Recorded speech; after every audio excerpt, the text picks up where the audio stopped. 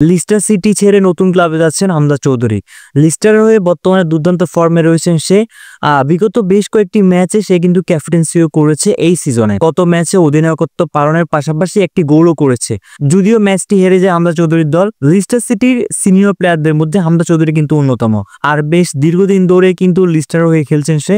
এবার গুঞ্জন উঠেছে হামজা চৌধুরী EFL এর দল র‍্যাকসামে যাবেন। তো এরকমই কিন্তু বিভিন্ন নিউজ হচ্ছে যে র‍্যাকসাম AFC হামজা চৌধুরীকে নেওয়ার জন্য কিন্তু উঠে পড়ে লেগেছেন।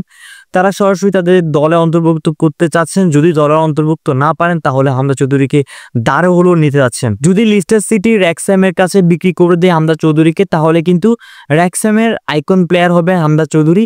আইকন প্লেয়ার হলো হামজা চৌধুরীর জন্য কিন্তু ইংলিশ প্রিমিয়ার লিগ খেলা অনেক চ্যালেঞ্জের হয়ে যাবে। কেন র‍্যাকসাম কিন্তু ওই মানের দল না যে ইংলিশ প্রিমিয়ার লিগ খেলতে পারবে। তারা সবেমাত্র ভালো করা শুরু করেছে, যদিও আগামীতে কি হবে কেউ জানে না। তারপরও র‍্যাকসাম চাচ্ছে হামজা চৌধুরীকে নিয়ে একটি ভালো দল গঠন করার জন্য। শুধুমাত্র হামজা চৌধুরীর উপর ভরসা করলে হবে না, র‍্যাকসামের কিন্তু ওই মানের ভালো প্লেয়ার নেই। তারপরে বিগত ম্যাচগুলোতে কিন্তু তারা দুর্দান্ত পারফরমেন্স করতেছে। তাছাড়া লিগ স্টেজে তারা প্রমোশনও পেয়েছে। তো হামজা চৌধুরীর মতো প্লেয়ারকে তারা বেরোতে চায়, কেননা ওই দলটা রিচার্জ করে দেখলাম ওরকম ভালো মানের ডিফেন্সিভ মিডফিল্ডার নেই। তাছাড়া রাইট ব্যাকেও তাদের ওরকম ভালো মানের প্লেয়ার নেই, যার কারণে হামজা চৌধুরীকে তারা ওই শূন্যতাগুলো পূরণ করার জন্য নিতে যাচ্ছেন। এক্ষেত্রে পুরোটা নির্ভর করবে লিস্টার সিটির উপর। লিস্টার সিটি যদি টাকার কথা চিন্তা করে বড় অঙ্ক পেয়ে যদি তাকে ছেড়ে দেয় বা দাঁড়ে দিয়ে দেয় তাহলে একটা হিসাব। আর যদি চিন্তা করে যে তাকে যে কোনো একটা পজিশনে প্রয়োজন রয়েছে লিস্টার সিটির, তাহলে তাকে রেখে দেওয়ার সম্ভাবনা রয়েছে। তো এই ক্ষেত্রে অনেক সময় টাকার অঙ্কটার প্রায়োরিটি বেশি থাকে। যদি টাকার অঙ্ক বড় হয় তাহলে কিন্তু তারা হামজা চৌধুরীকে ছেড়ে দিতে দেরি করবে না।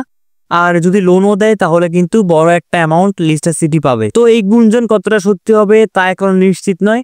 তারপরও যেহেতু লিস্টার সিটির অনেকগুলো ম্যাচে হামজা চৌধুরীকে ক্যাপ্টেন্সির দায়িত্ব দেওয়া হয়েছে, সেক্ষেত্রে লিস্টার সিটি কিন্তু পরিকল্পনা রয়েছে হামজা চৌধুরীকে নিয়ে। এরপরও যদি হামজা চৌধুরীকে লিস্টার সিটি ছেড়ে দেয়, হামজা চৌধুরী র‍্যাকসামে যায়, তাহলে কিন্তু সেখানে সে গেম টাইম পাবে।